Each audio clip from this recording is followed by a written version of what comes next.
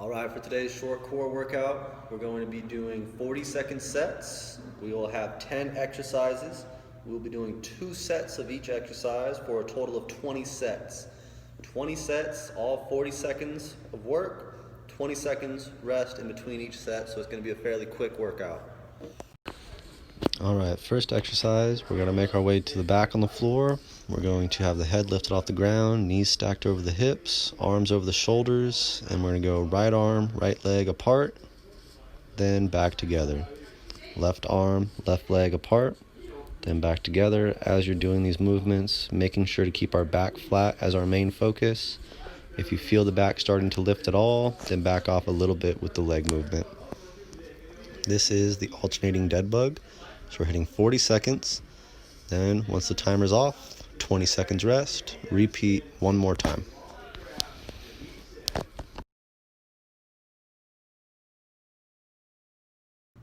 And next we'll be doing crunches. So back's on the ground, knees are bent, extend the feet a little bit, and then create a diamond with the hands. Hands are going to be over the shoulders as we crunch up, flexing the abs, lifting the shoulder blades off the ground, but try to keep the hands over the shoulders the whole time. If this becomes too hard, then just place the arms on the chest, forming an X with the arms. The arms above the head and the shoulders is just adding a little extra weight to make the movement harder. So if you need to make it easier, bring the arms to the chest or support the head with the hand.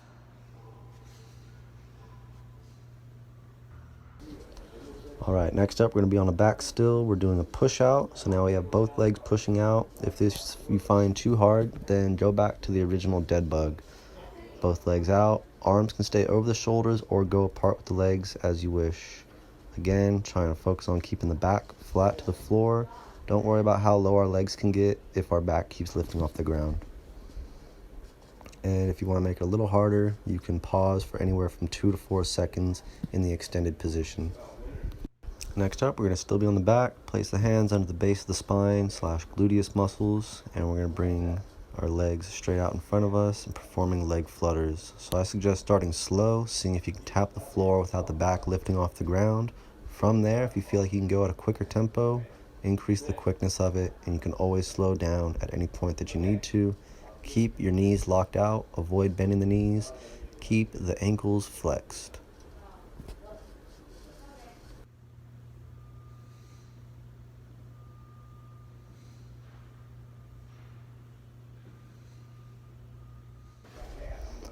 Alright, next up we're going to be doing a dead bug crunch. So one knee's bent and the other is straight.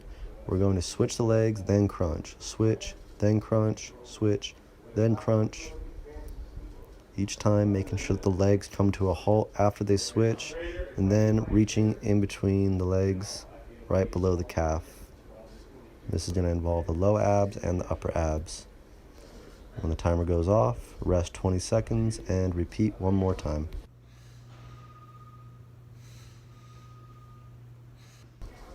Next, we're going to have both feet off the ground, knees stacked over the hips or slightly in front of the hips, and we're going feet raised crunches. So still just the same as all the other crunches. If you want to go arms on the chest, you could do that too. Just try to keep the feet stationary and off the ground. Next up, we're going to be doing a sit-up, so you're going to need to put your feet into a piece of furniture or a table that'll firmly hold your body in place. I have my hands and arms starting above my shoulders, and I want to keep them above my shoulders as I go up to the top, chest to the knee. As I'm lifting up, I actually want to avoid any motion that is similar to crunching and flexing my abs.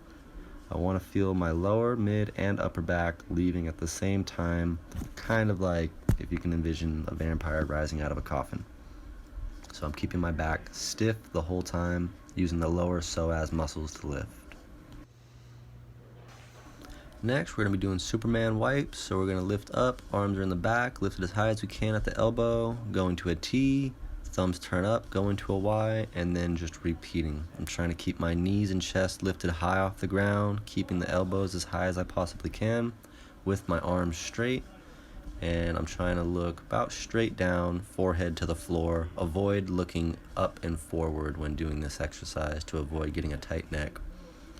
Superman wipes.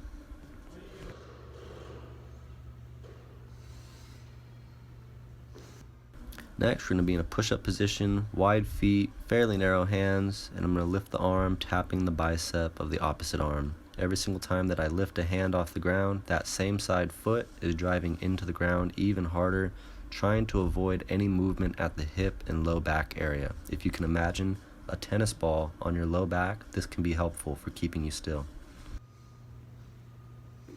In the last exercise, we're going to go back into the push-up position. We're doing plank walks, so about shoulder width with the hands, and then we're going to inchworm with the ankles, but with our shoulders behind the wrist. Inchworm back, shoulders over the wrist, keeping the hands flat the whole time. Inchworm back, shoulders behind the wrist, keep the hips the same height as the shoulders. And walking back, making sure to feel the whole hand the entire time, not allowing the hips to dip below the chest.